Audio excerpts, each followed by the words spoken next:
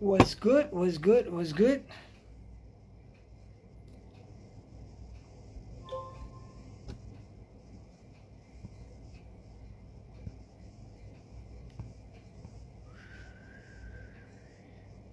Larkum vanakkam, was good, everybody. I hope everybody's doing alright.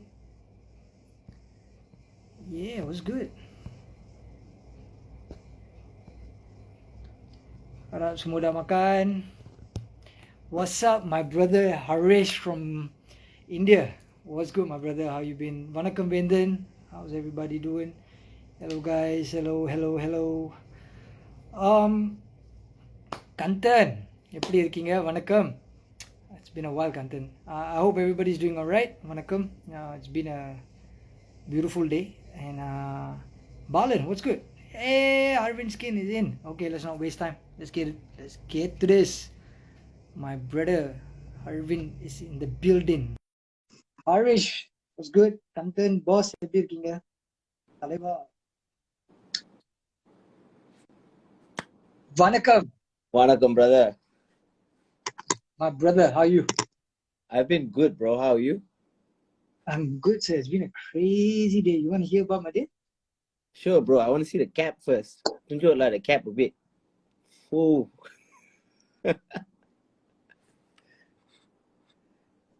Let's go. Oh, it says matcha all around the back.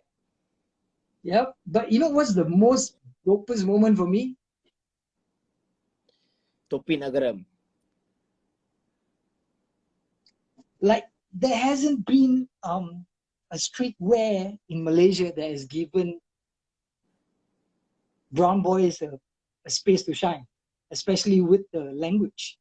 Like, so when Nigel decided to call Cap City Topi Nagaram in Tamil, I felt it was a win for all the brothers, everybody. Like, I can't read and write. Let's be honest, I can't read and write. But my mom was like, you know, you actually did something really, really amazing to actually make this is a Malaysia moment, yeah. So when my mom saw the box coming to the house, I was like, okay, mom. And my mom's like, what, 69 years old, and she's like, this is big. For her, it's big, a big deal for like an international brand to put up in Tamil.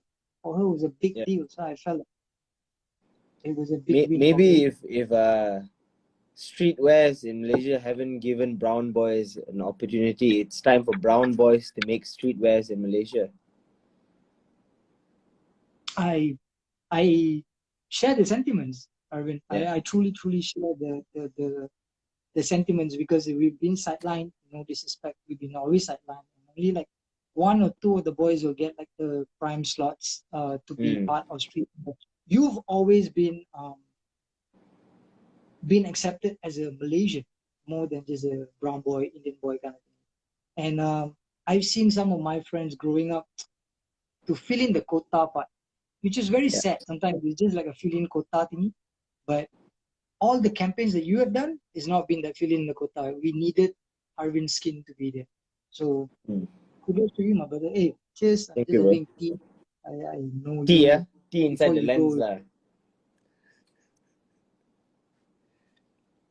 So how you been, brother? How's your day? I think I've been okay, bro. I think a lot of learning going on throughout the few years, especially now during the MCO time. Okay.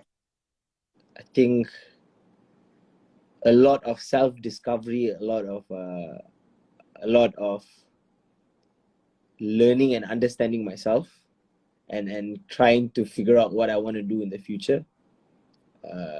So a lot of that has been happening during the MCO. That's all I can say that has happened. Nothing much really has happened for me.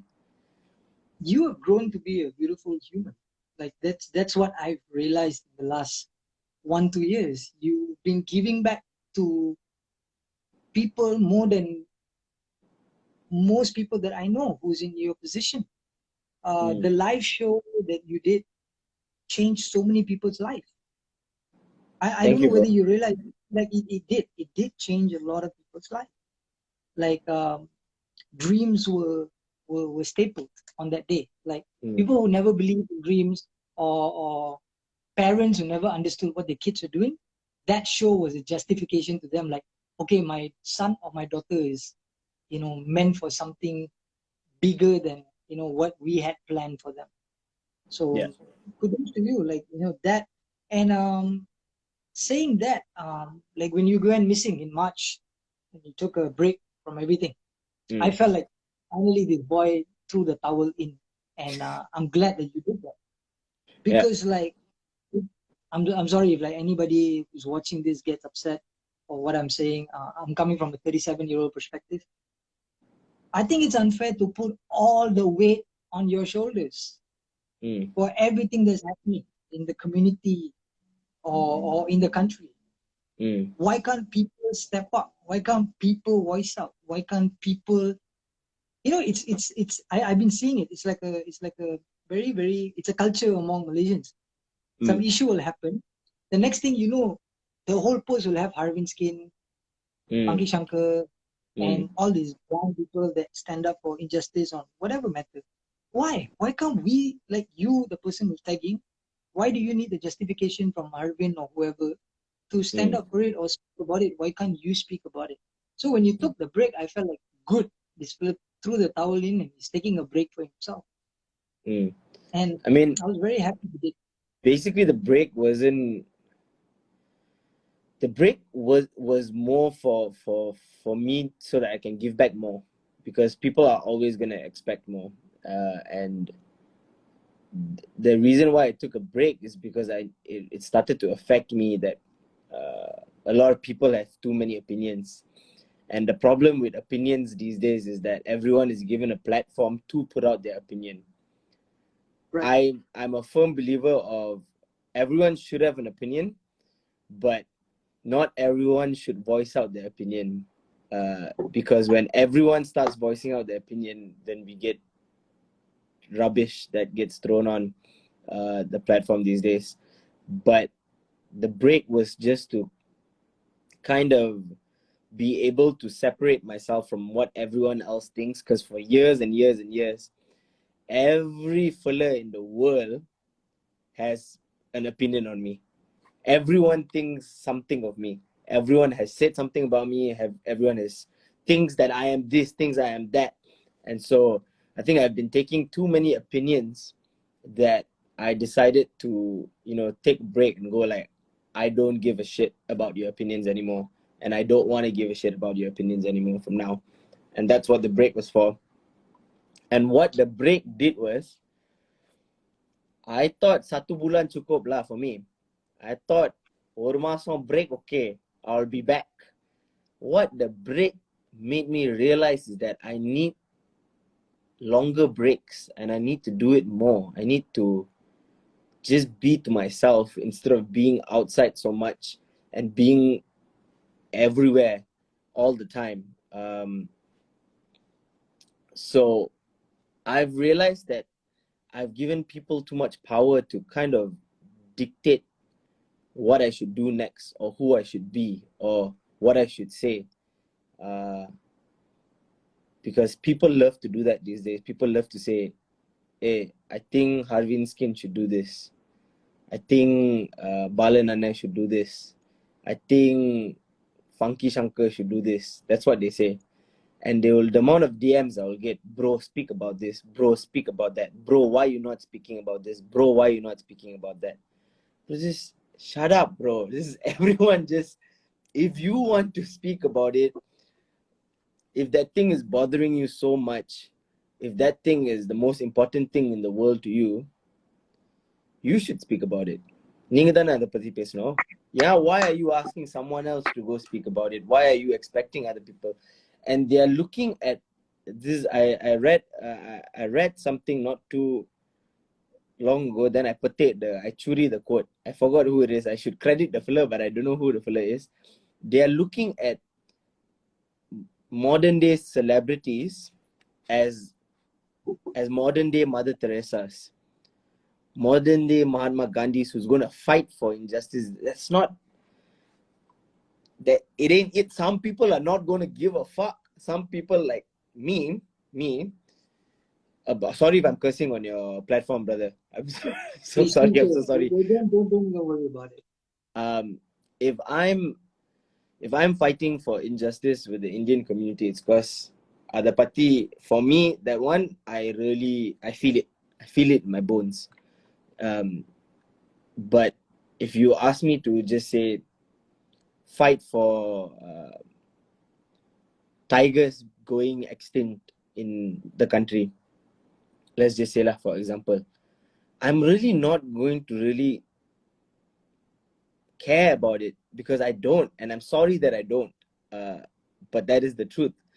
Everyone needs the capacity to kind of give uh, a certain care about what they truly care about, and only then something beautiful will come out of it. You can't care about everything, and I think I learned that this year, and I'm starting to learn what I want to do with my platform, what I want to do as a person, as a human being. So the breaks, I think, were very important to me in that sense, to kind of guide me to do what I want. It's so beautiful to see you put it, forget the language, don't even worry about it now. It's so nice to see you grown into a person accepting what is more important for you rather than fighting for everything around you. And I think it's so unfair for people to put all that pressure on you. And I'm glad that you found that space in you to find happiness, and very happy lah. Thank you, Just brother. very happy. Just Thank very you, happy. I'm clear, right? I'm clear. I'm not lagging or anything. You can hear me clearly, right? I can hear you clearly. Okay, sweet. So okay, to whoever that has come on, this is Beats, Rhymes and Life. It's an IGTV series that I wanted to do to speak to people in Malaysia, people outside Malaysia, people that I've come across in my journey, and I feel like everybody has knowledge to share, everybody has a story to tell, and there's something that the community can learn from, something my country people can learn from. So the first week I had Sailor. He's one of my favorite brown boy writer. He's a true MC. I think his music is so underrated that people will understand it in 10 years' time. Then I had Shize, because he's dabbling into NFTs. He's trying to bring value to his fans, and he's starting all over again with his Goodfellas. With you, I felt like when you called me for your live show, you didn't have to, but you did. You gave my brand standing, and you shared with me how dope it is for a brown boy to have a brand. And then we had a conversation after the live, you, me, Matu, and the boys and everything. And that was the day I actually saw the real Harvinth. The Tamil came out, and we spoke a lot about our past. And I told you why I actually fell in love with your brand, with that video you did in Bangsa, looking up the skies. But some of the questions I never got to ask, like, why content creation? Where did it begin? There must be a moment or a video that you watched in your life that you're like, shit, I'm gonna do this. I can do it better. At that space, I know 2015, 14, there wasn't a lot of Indian boys that were doing content creation. So where did it all start? I think I've said this before, so I've said this to the person who made me start, straight to his face. That I watched your video, and I thought, wow, I can do better than this. I told him that, and that person was Genie Boy TV, because he was the first. I think in all of Malaysia, Genie Boy TV was the founding fathers of YouTube, and no one else was doing it at that point in Malaysia. He quit his radio job in hits, which was a huge risk for anyone to take at that point, because you're quitting radio, which was at that point pretty prime, and then you're going into YouTube, which no Malaysian was doing at that point, to be the first person to do that. So everyone was watching his videos. Everyone was watching his videos. And so the clients that he was working with was like some of the best brands in the country. Yeah.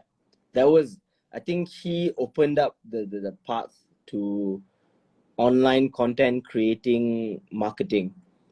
I think he was one of the few people the clients approach um, to make content creation actual marketing. And for that, you got to respect him. He's now built such an empire that he probably doesn't need to work because he's built it. He's built things that Right. now he has people under him doing the work for him, which is everyone's dream, I think, to not have to work, but you still are the name of the brand. And True. I watched his videos and I remember emailing him one time because I was a fan. I was a fan of his, and I was like, "Bro, I think you need to put me on your videos because I don't see any Indians in your videos." I emailed him that, and then And this was when, what was your age? You were already in high school or I was college or about what? 18, 17, 18. Okay. I was about 17, 18, and I emailed him. I was like, "Bro, I think you need to have more Indians in your videos, and I think you should put me on." Obviously, I didn't get a response, and then I think I met him one time during a shoot in Sunway College, and I wanted to approach him, but he was too busy. So he was too busy at that point, so he just like brushed me off. He brushed me off, and I was like, "Oh shit!" Like don't meet your idols because if you silap tapi tavri the wrong day you meet them, they're in a bad place, they're too busy, they won't lion you. So I kena that from Jin. I was like, he just okay, and then he just moved. Then I was like, wow, okay. And then I started watching more of his videos, and I thought, you know what, if he's not going to put me on his videos, and I think I deserve to be on his videos, I should make my own videos. And so I decided to make my first YouTube video called You Know You're Indian When. I And remember seeing that. yeah, Yeah, I remember seeing that. I makan cornflakes with curry. I said you're not Indian. You know you're Indian when you call everyone by day. Everything. I just made it me. I just made it me. What am I? I'm Indian. And a lot of people loved it. And even then, I didn't think I was going to go into content creation. I think that happened about 3 years ago. I never took content creation seriously until 3 years ago, maybe 4 years ago. I'm not sure what the exact, but about 3 years ago, when I realized that I could make money off of it. And then Brand, two like years, brands will come in like and brands will people will come to approach me. you. Yeah. Yeah, brands will approach me and say, "Can you make a video for this? Can you make a video for this?" But I did take a long break from my first video that came out. You know, you're Indian. When I was still studying, my appa still wanted me. My appa still wanted me to finish my degree, so I had to finish my degree. At the time, I wasn't making any videos, but I was making videos for fun, like on Snapchat and stuff. And so when I came back, when I graduated, I think 1 year I wasn't really making much money. Okay. I wasn't making much money. I didn't want to really work, and that the year after that, I decided I was going to make more videos, make more songs, make more content. Content. Yeah. When I did, all the brands started coming to me, and I think I was at my peak. Like, so far, that was the hottest I've been. Everyone was like talking about me, and Astro wanted to sign me, and so Astro Rocket signed fuel. me. Rocket Rocket fuel, Fuel, right? yeah. So Rocket Fuel came through. They wanted to sign me. I signed with Rocket Fuel. Uh, that was a blessing and a curse because I made. I, I'm gonna get in so much of trouble for doing this kind of lives where everybody's telling that. Like Shize told some things and now it's you. So I'm like, oh my God. but it's the truth. It's the truth. Signing for Astro was a good decision and a bad decision because I made money. I made good money from being with Astro, but I made money, and that became the only thing that I was trying to make. I wasn't trying to make content. I wasn't trying to make my dreams come true. I wasn't trying to do all of that. I was just trying to make money. And so I was doing so many jobs. I was doing this, doing that. It's all just money, money, money. And I realized that I wasn't happy. I wasn't happy not doing what I actually wanted to do. And so 2 years just went by like that. And now I'm in this phase where I'm reorganizing my mind, my brain to do what I wanted to do, and go back to my roots and what made me love this whole thing.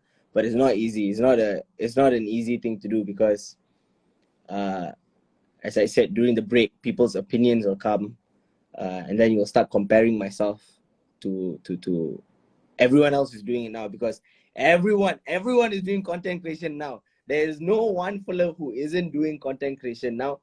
Last time when content creation is like part and parcel of what a management would tell their artists to do. You correct. got to do content on Monday. You know, it's like you want to build, not even building a brand. You want to be heard. You have to do content today. Yeah, correct.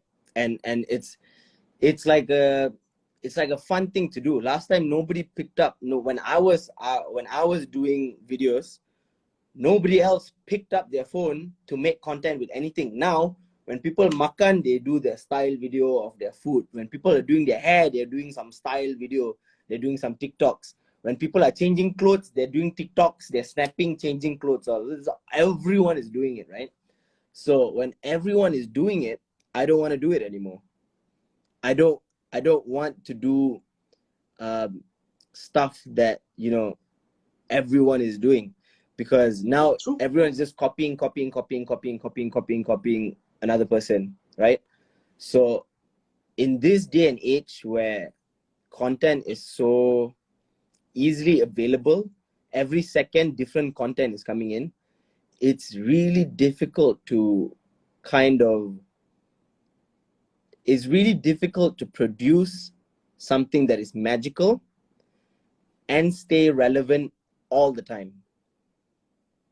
So, and you put that pressure on yourself. And I did. I was putting that pressure on myself. I was saying every video that I come out with needs to be a banger, needs to make a change, needs to get this many views, this many likes. And then the numbers started controlling me, and I was like really worn out by that. So I'm now telling myself that I don't need to make a video every day. I don't need to make a video every week. I don't even need to make a video every month. I don't. Because if I don't put in effort on one piece of content that is going to be special, and that's going to stand out, that's going to actually be something that is from my heart, then what is the point of making content? I'm just making content to stay relevant. I'm just making content. I hope whoever is watching this take all this gem this boy is dropping right now, because that's a man right there. It takes a lot of guts to actually put your foot down and say, no, if I'm not making the world a better place, why should I put out something? Yeah, that's exactly it. Sweet, like, man. if I'm just gonna make another video that's not gonna really be the essence of what I want to do, and it's so hard because through the years, it takes 2-3 years for you to kind of become this person, and when you're in that place, you start losing yourself because of the money, you start losing yourself because of the comments, you start losing yourself because of the hate, you start losing yourself because of the pressure. There's so many factors that are coming in, and this is just career, bro. This is just career related. Outside of your career, you're a human being. You got personal things. You got personal things you need to work on. You got family issues you need to work on. You got a girlfriend, adu or mandavali. So many. I didn't want to get there. I didn't want to get there. It was there, but you straight answered it, so I'm going to skip the question. Okay, cool. Yeah, so many things are affecting you as a human being, and you are out here trying to make your career in terms of dreams work, bro. You gotta give yourself that break. You gotta understand that you are not a machine. Okay, it's okay to stop. It's okay to because if you are good, it doesn't matter how long you're missing from the game. If you are good at what you do, you don't have to be in the game every day, every week, showing people, hey, I'm here. That's why I don't update my Insta stories much anymore. That's why I don't post so many things anymore, because why am I telling y'all, hey, look at me, I'm doing this now? That is what everyone is doing. Hey, look at me, I'm eating food. Hey, look at me, I'm watching this. Hey, look at me, I'm doing this. I'm sick of that. When I was the only person doing that, fine, because I was one of the only few people doing that. Hey, look at me, look at me, look at me.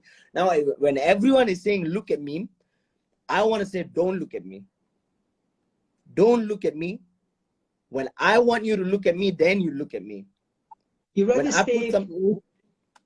stay very far away from the crowd, and you would, when you want to open up your doors to them, you will open up the doors, and when you want to close, you can close. Yeah. So it's very important. Yeah, it's very important to protect your craft, yourself. That's what I've learned over the last few years. So that's what I'm trying to do now. I'm not doing it perfectly. You know, all the advice that all the thoughts that I'm giving, it doesn't mean I'm doing it perfectly. You know, it's easier to preach all this than to practice it. But every day I'm trying to practice it, everything that I preach. And don't even get me started about practicing what you preach, because 3/4 of the fellas doing the preaching these days are not doing shit. I'm just gonna, I hope somebody is recording this again. I've been getting this a lot when I do this IGTV. Speak Tamil. Speak Tamil. Speak Tamil. I'll ask you all something. Don't get me wrong. Don't hate me. How many of you went to Tamil school? I know a boy that I'm sitting with right now did, but he speaks good English. But he doesn't hate on it. When he needs to speak, he will know when to speak. Doesn't mean I'm a pure Tamilan only when I speak Tamil. It means I speak good English means my parents send me to school and I studied.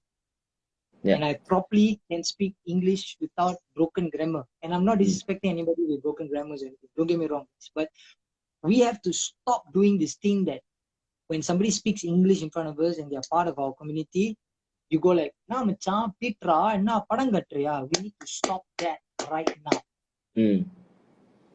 Bro, it's 2021, enough. That one was 1995 joke. My uncles used to do that joke. Yeah. Your generation is still doing that joke, means we haven't evolved as a community when it comes to that. It speaks about the insecurity of the community. And why you want to teach English when girls are around you? Then when the girls are not around, the kaingal, you macha, sollu macha and everything. I can sollu macha better than half of the sollu machas. Harvinth knows that, all my boys know that. But I need to carry myself so other people can look at this and go like, wow, okay, not bad. These boys are carrying themselves well. Because not many people in our community are giving us a good standpoint in the community when we go out there. Yeah. Dude, you're born as a machan, dude, in this country. Like, your IC keluar, India, you're already the K word already. So why are we fighting about, Tamil pesunga, Tamil pesa matenge? No, I'm looking at the comments. Every week I'm doing this IGTV. So I'm glad I got this opportunity to tell that. And the day when Harvinth wants to speak Tamil, I want to interview the girl. I even said this to you the last time. I think the world would lose it when Harvinth does a full Tamil interview. And to my next question, Tamil thing. Content creation is content creation. But there's a musician in you. Yeah. Not a hype musician. Musician, somebody just jumping. Oh, okay, rap, now sedap, I jump. Trap, now sedap, I jump. Samba rock is now. That is hype musician. There is a musician in you because 2015, I heard you with Jay Walia, right? Yeah. You had a record with Jay Walia. You had a Hindi record before all this Harvinth Skin blew up. Yeah. Then you had some stuff came out in 2017 and 2018. Then you had Balapalan remix and all that stuff. But when are we going to hear Harvinth Skin, the musician? Like, I don't want to ask what genre it is or whatever, but I Yeah. think there is a musician in you, and I think you have a great team. I know you're friends with a lot of great composers, great writers, a lot of people in your generation, the OGs, even the younger guys. So would we see a music side of Harvinth Skin? Kandipa, bro. Kandipa. Music will definitely be something that I grew up in Kajang. I went to Kajang High, Get down! K Town. My seniors were K Town clan themselves, Roshan Jamrock. And I would say before I was doing content creation, I wanted to dabble into rap. And I wasn't very good at it. I wasn't very good at rap. I wasn't uh, I used to try to get into RTB and I think there was once a RTB competition during the RTB Fest. I tried to perform. Whenever I think last time when Jin and Dan Shift and all were trying to make some events happen or have some competitions and all that, I tried to enter and all that. And there wasn't the scene then. To me, the people around weren't the nicest, weren't the kindest people. They would bully me, they would talk shit about me, they would tweet all kinds of shit about me. They would they were not accepting, they were a very small group of people, but they used to make me feel like the outsider, make me feel like, oh, you're not part of this, you are a Because loser, you are you're already this. because you were already doing your content creation, and they Mm. were judging you by that, and they were not judging you by your musical background. I think this was even before that. This was a bit before that, even before I dropped You're Indian When. It just didn't seem like a community that was very helpful to each other. I think there was a lot of like, oh, this is my people, I'm gonna protect my people, no outsiders are gonna come in, no There were a no lot of like, oh, crews, there were a lot of movements, there were yeah, a there lot was a of lot of crews, everyone it was just for very their own. territorial. It was very territorial lah. Yeah, it was very, very territorial. So that to get a role model or to get someone who you could follow all the time wasn't easy.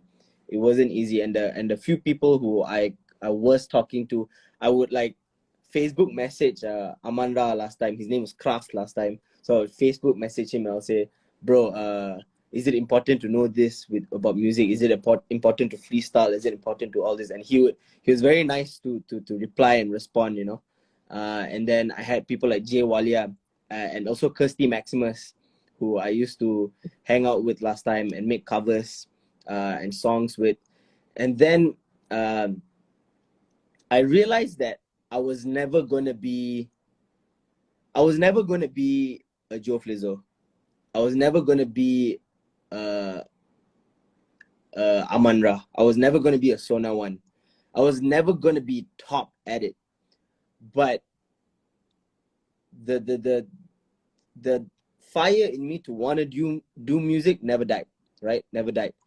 But I started dabbling into content creation, which I was going to be one of the best at. I felt like when I did content creation, I was really good at it and I could be top. But if you notice, even with content creation, I kept doing my music. I kept doing my music here every now and then, but in a very comedic way. And then when I was trying to rediscover myself in the past year or so, I realized that I want to do more music. And it doesn't matter if I'm not going to be Joe Flizzo. It doesn't matter if I'm not going to be Aman Ra. It doesn't matter if I'm not going to be top 3. I'm still going to do it and do what I want to do. And if it's the bomb, it'll work out. And so I've been teasing my fans about Vandorum for a few years now. They've been asking me what Vandorum is. I think they still haven't figured out that Vandorum sounds like Vandorum. It's coming Yeah, soon. I got it. Like I was just like, okay. Yeah. So Vandoram means it's coming soon, and it has been coming soon since I don't know how many years, bro. But Vandrom, bro. Vandrom, Vandrom, Vandoram, Vandrom. bro, Vandoram, bro.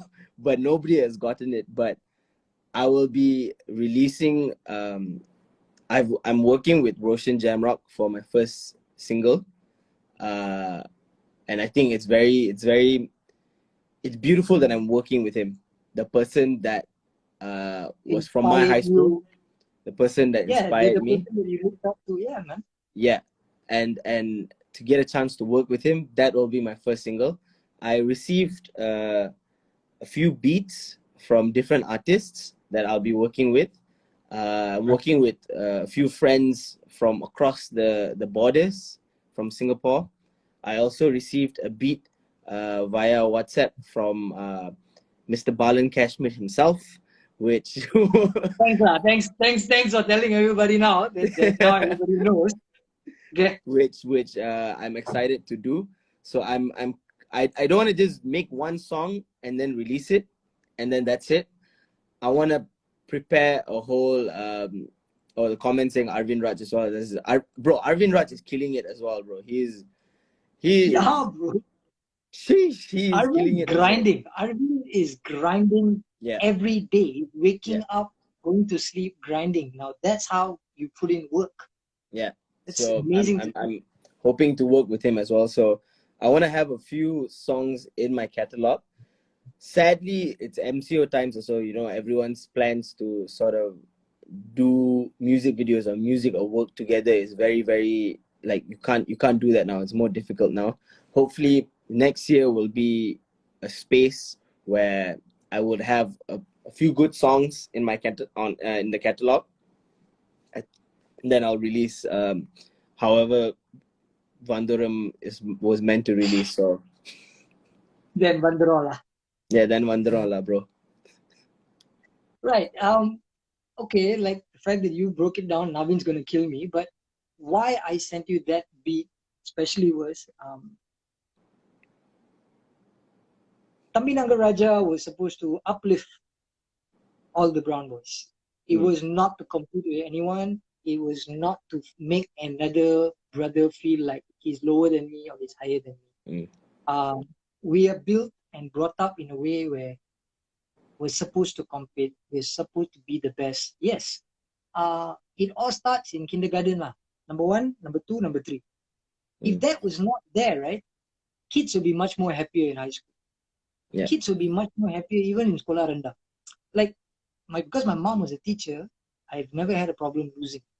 But after I lost my dad at a very young age, every defeat was I take it very hard. I became very sensitive.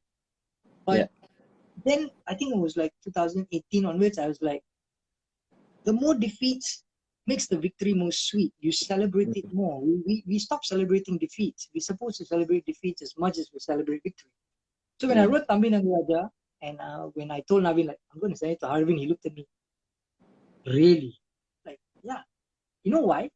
Because in the last 6 months, this player has changed. He's no more the Harvin 2016, 2015, going viral on WhatsApp for the wrong reasons. Or in Facebook, people are always linking you with that one letter in that word. When you're walking in the streets, people are shouting that letter. It's no more that Harvin. You're still good lah. You're still good, like what everybody said in the comment. But it's a different evolution of a man. And if I could have that person on the pen, on a verse, then it feels different for me to have that moment of his life in my catalog before he's meant for greatness. Like catching Dogecoin before he goes to the moon lah. I'm catching you at the right spot. I see it. So that's why I send you the beat and I'm like, okay, I can't wait to see what he's gonna write. And the studio is so near to you. So I'm like, I can't wait for the lockdown, like, to be done so I can travel and go and record because it's a whole EP. I have very limited songs and I think there's only like 3 featurings. I'm not going to mention, there's only you, another person. So okay, thank you for having me on it, bro. No, big dude, like, yeah, it's the brand, it's linking up with the younger generation and everything. But I would go out one day saying like, I caught Harvin at the sweet spot before the greatness was there. Because if I did 10, the guys who come after me must do 100 or must do 1,000. The guys who come after Harvin must do 10,000. Yeah. And that is the spirit, that's the energy we got to keep going, because we've done all the mistakes. Our OGs have done all the mistakes.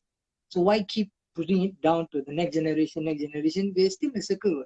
Yeah. If somebody beefs today in Tamil hip hop, I think it's fucked up, because 20 years ago, beef started in Tamil hip hop. 15 years ago, it was Chakra Sonic and Yogi B. What the fuck are we doing? Haven't we evolved? Why are we still beefing? Like, we're men enough to sit and talk it out and go, yo, there's more to life rather than just hip hop music. Yeah, everybody wants to be a great writer, penmanship and skills and flow and all that. But at the same time, you want to be a writer or a creator that has made an impact with a song with the society. So like with the whole video, like I'm dressing everybody up as a king. I'm not dressing myself. You know that whole rap thing, right? One floor, the hero, the rest of the boys all standing. We don't need that shit anymore. Everybody is king. Everybody needs to be treated the same way. That's why when Tamil Nangaraja and Naveen is like, oh, you actually had all this in your mind. I'm like, yeah, bro, I'm catching this flow at the right time. And if he kills it, then I have an EP to speak for the rest of my life. So now that I know you have a record with Roshan, I'm going to tell Naveen, you got to work extra harder, because you have Roshan there doing a record for you. So the beats all have, like, it all has to be in a position where it's better than my generation. Yeah. You know? So I'm truly, truly excited. That's why I asked the musician question. I'm like, truly excited to see what you could do for the music scene, not only the community, but the whole Malaysia to say, because a lot of brands speak to you. It'd be nice to have the brown representation on billboards. It'd be nice to see brown representation on an English manner, where we rarely get. Why does it always have to be a pan-Asian to represent as an Indian? Why can't it be an Indian boy? So, and an Indian boy who speaks, write Tamil. That, yeah. So, looking forward to your music. Just 2 or 3 more questions, and I'll let you go. I know you got your Twitch. Your Twitch gang is blowing the fuck up on the comment sections. This is tough for me to ask, but I know it was one of the reasons you took a break, and there's a lot of weight on your shoulder. But how did you feel about the whole Ganapati, that custody, that thing?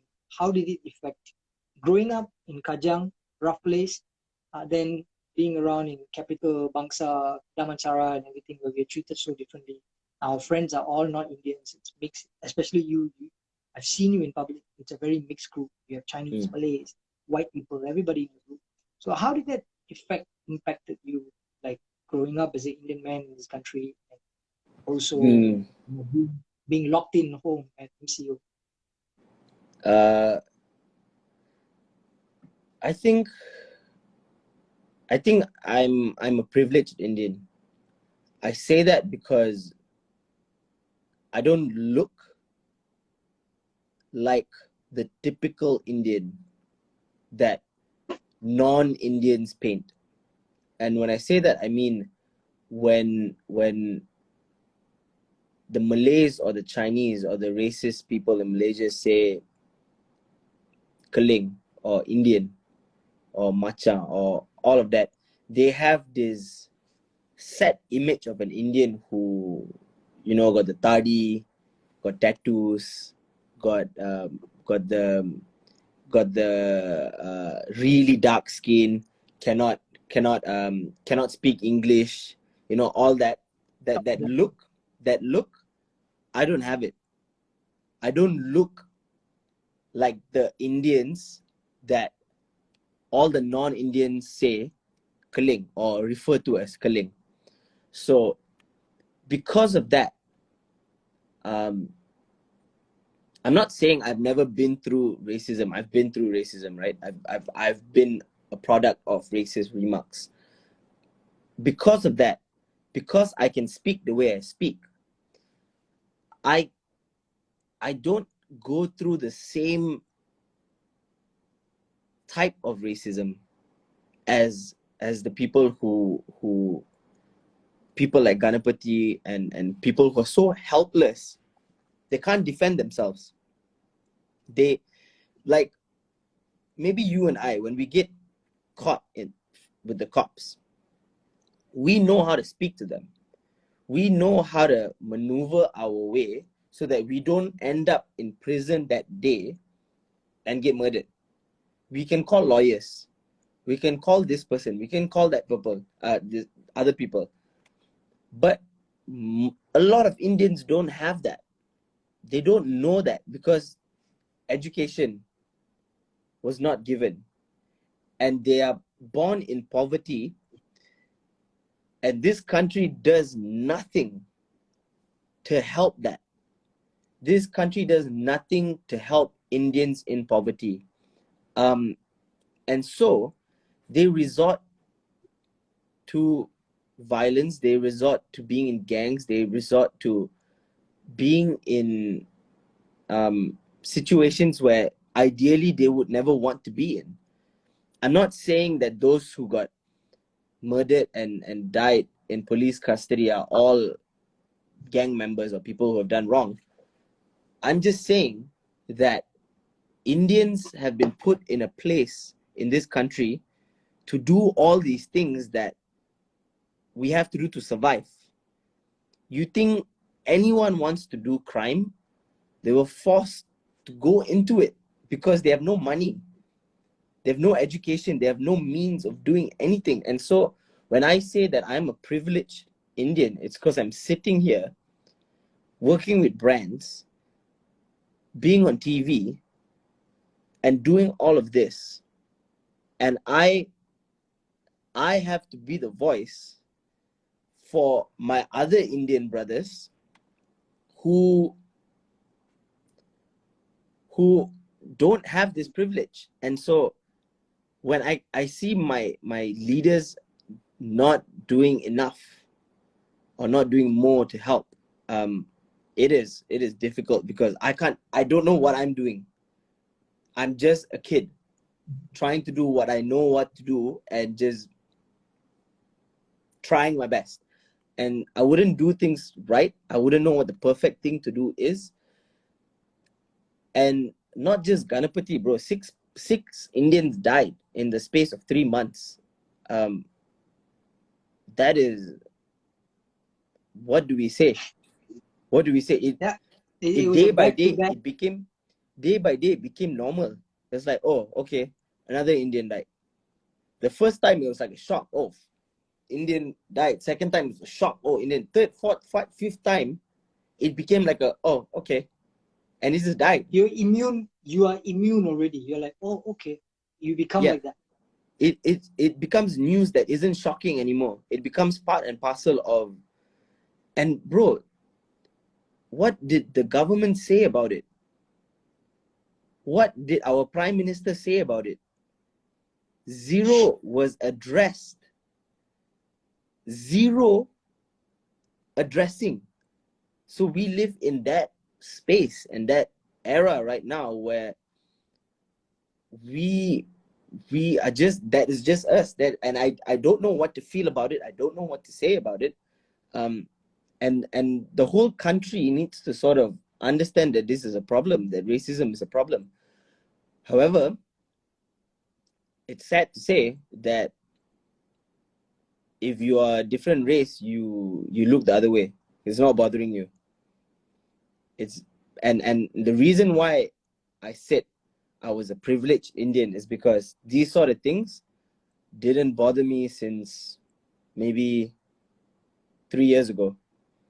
Before this, I didn't have to go through the type of racism I got was like in the industry. Oh, Harvin budak India tutup lampu tak boleh nampak dia, or all these little subtle racisms in the industry from artists, from directors, from this very minute racism, you know. And when I'm with the cops, yeah, they talk to me like shit. They talk to me like shit. They pandang rendah. They talk to you like this. They really bully you, but they don't bully me like they would to another Indian. Other Indian boys. It's different. And so I didn't have to care. Why did I have to care about other Indians who are dying when I wasn't gonna die? I don't need to care. I don't. And if I could think like this 3 years ago, why would a Malay or Chinese give a shit that another Indian is dying? Well said. Very good They point. are not gonna care. Why would they care? They don't need to care. They're gonna be safe. And so for everyone to have that mindset change or realize that, wow, this is something that is fucked up. There's Indian people dying, Malaysians dying. I'm a Malaysian. For that revolution to happen, bro, it is going to take riots.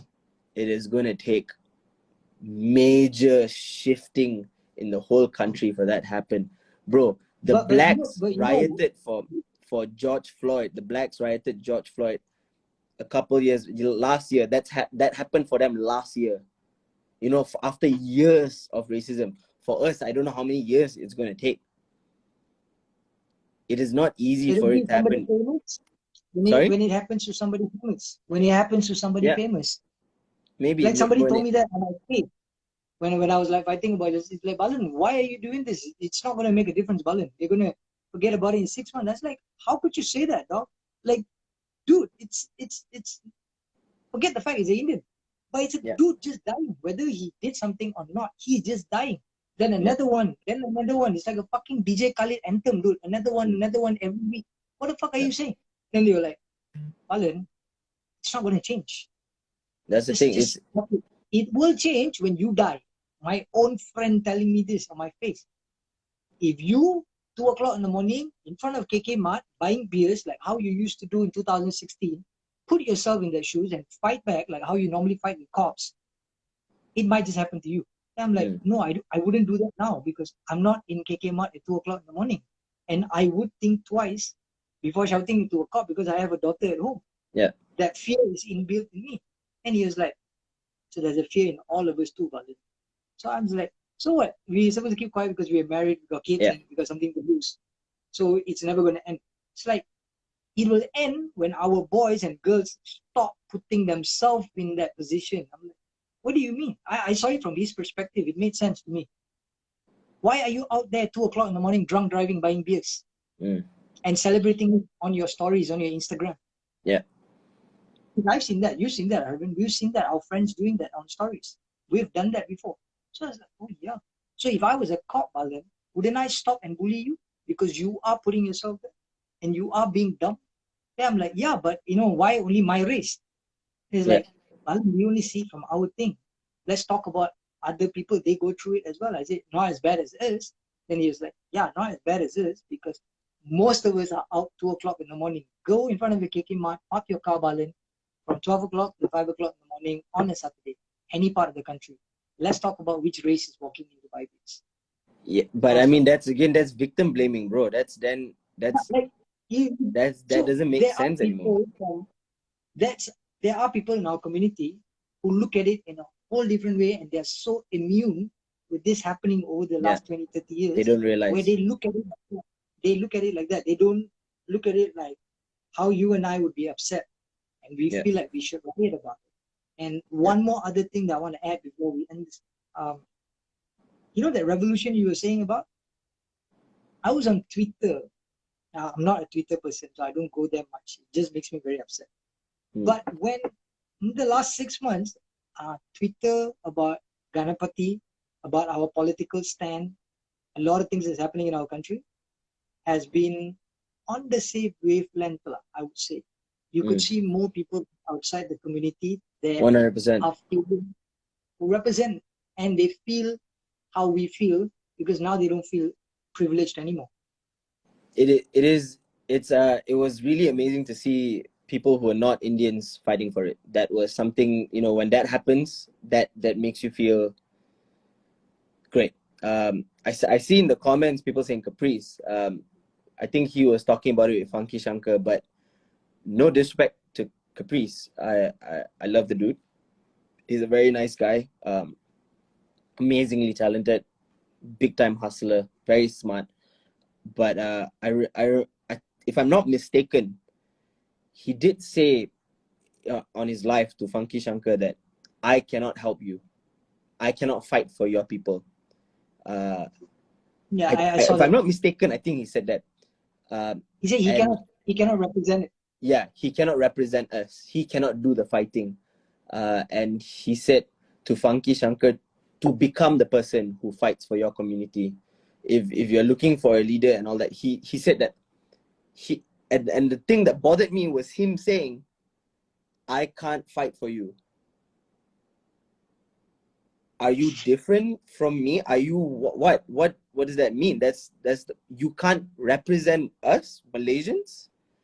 And that was one thing in my head.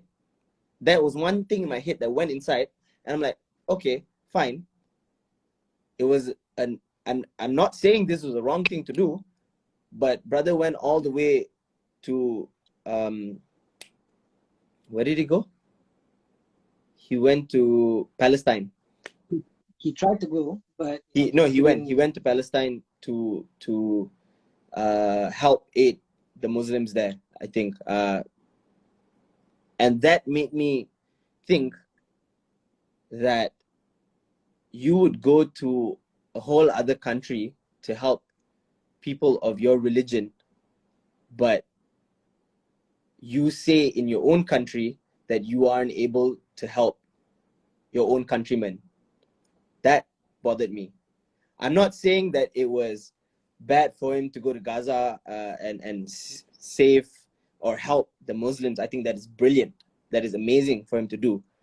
But something didn't hit right when he said that he couldn't help another Indian from Malaysia. That didn't make sense to me. And so that was a very, very worrying kind of mindset to me. But then again, people will have their own ways of thinking, their own priorities. But yeah, it's not something that's going to be solved in one day or 1 year or 10 years. It will take a struggle of the lifetime. The future generation need to push on the fight lah. It's going to take a while. That's for sure. Like in every group, there will always be 2 or 3 people who would want that change to happen. And eventually it'll become 5, then it'll become 7, and one day it'll become 8.5. Another half was like still want to hold on to whatever their upbringing or whatever they've been taught. Because the divide and conquer method in our country has been pushed on us for centuries, like decades, and it's going to take a while to get away with the residue of it that is in our community, that is in everything. So I'm glad, that's why I wanted to have a chat with you like this, because these are the gems I'm talking about. Like these are the discussions we should have without causing any hate, without causing any drama or any beefs. It's just great discussions that agree to disagree, or you could be right, I could be wrong, vice versa. But let's have more discussion like this in a healthy manner to see that maybe there's a different way of looking at things and there's a light in a different way. I'm waiting for the lockdown to be done, so trying to get a place where all of us can sit and have these kind of thoughts, these kind of discussions, not even being recorded. It's among men of characters that you say that there are leaders in our country that are doing okay, but they can do so much more. And we as not politicians, or we not as people who are in that, could give them a helping hand to make them understand how people in our peers feel, people in our generation feels, from 2 different generations. And let's hope for betterment, and as time goes. And one thing I love about COVID, what it's done is it's either made assholes really into major assholes, or made people more nice. And I'm glad that most of the people I know are becoming bloody nice, finding more light, finding more happiness for themselves. And Harvinth, you are a living statement for that. Look at the evolution of growth a man has gone through. Macha, I just want to say I'm still the same P, bro. Yeah, I know.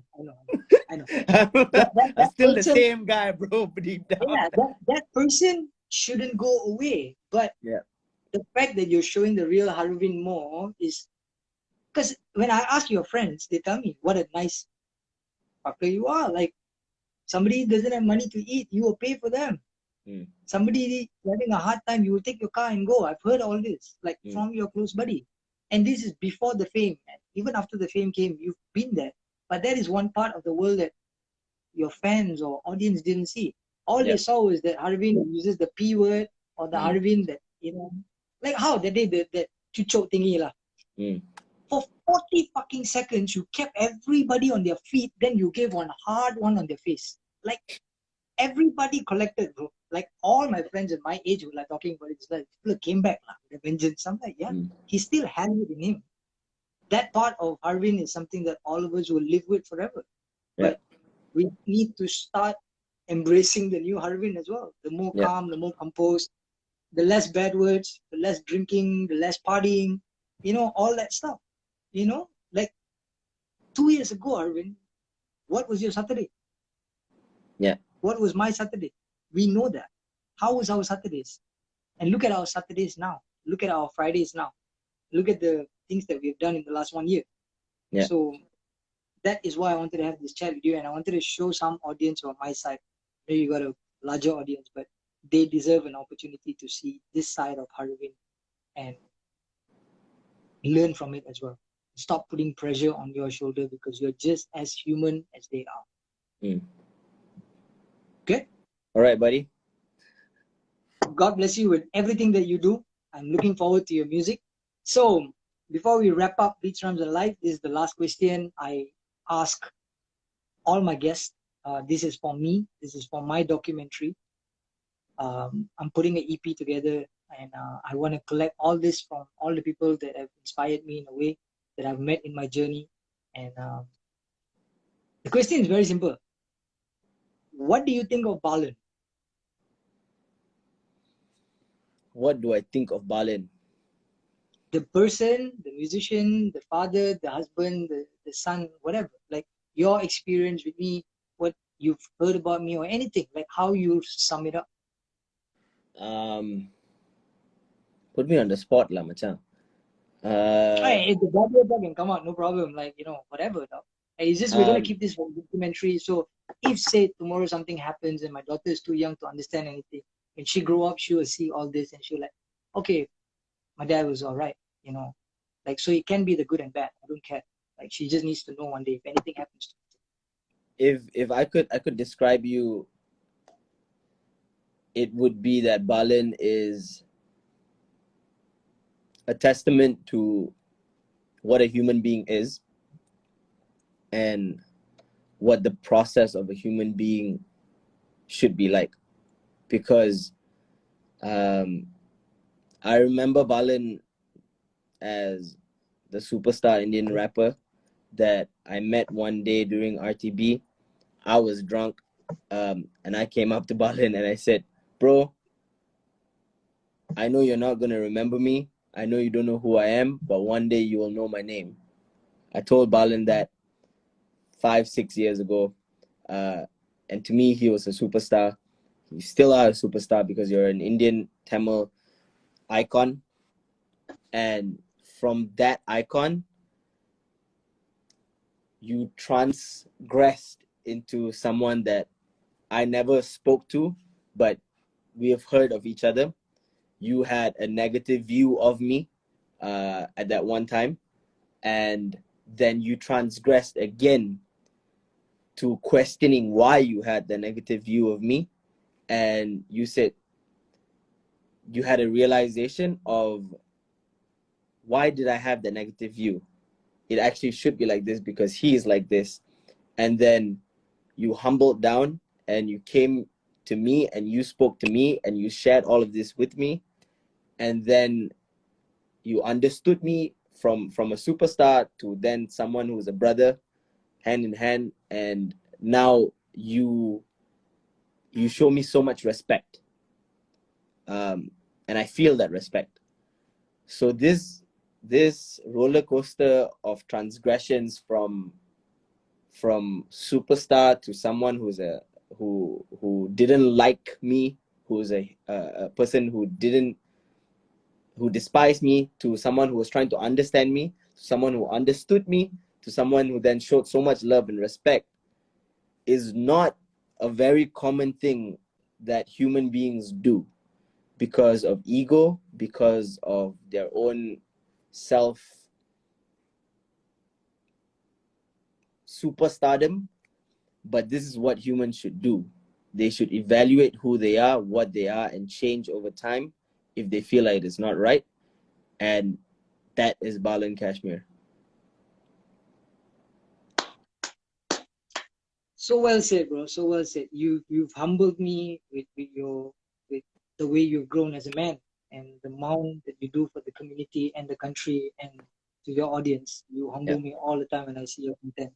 And I always try to catch you and try to understand what you're going through. And I'm glad we went through this in our journey of being humans.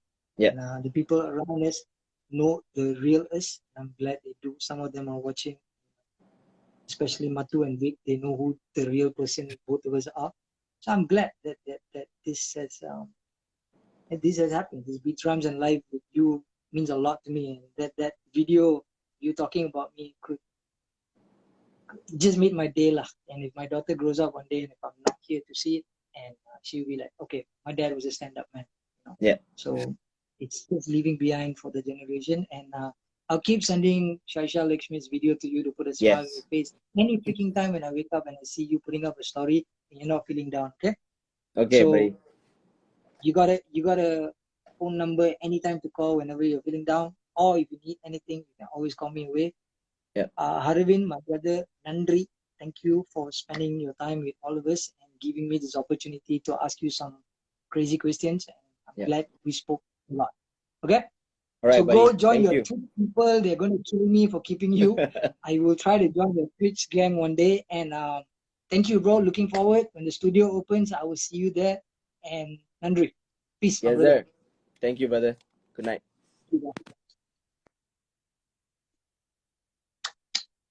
Thank you for watching. I am glad that I had this chat with Harvinth, and it's every Wednesday, Fridays, and Sundays. Beats Rhymes are live. My name is Balan Kash. And today, I am glad that we got to speak to Harvinth and to see the other side of Harvinth that most of us don't see. So, திருப்பி சொல்றேன், இந்த காமெண்ட்ல வந்து நீங்க தமிழ் தமிழ் தமிழ் தமிழ் சொல்லும்போது எனக்கு தமிழ் பேச தெரியாதுன்னு இல்லை, ஆனா மற்றவங்களும் பாக்குறாங்க, மற்றவங்களுக்கும் புரியணும் நம்ம பையனுங்க என்ன செஞ்சிருக்காங்க. அதுக்காக தான் நிறைய இங்கிலீஷ் பேசுறோம். யாரும் கோச்சிக்காதீங்க. நாங்களும் நல்லா தமிழ் பேசுவோம்ல, நாங்களும் நல்ல ஸ்கூல் போயிட்டு இங்கிலீஷ் கற்றுக்கிருக்கோம். ஸோ அது காட்டுறது தப்பே. So thank you to all my friends who joined in. Thank you to everybody who sent me good wishes and everything. So Friday is going to be a special guest. Sunday I got Roshan. So I'm going to keep this going. So tell your friends, Beats, Rhymes and Life IGTV series with Balan Kash. Thank you everybody for joining.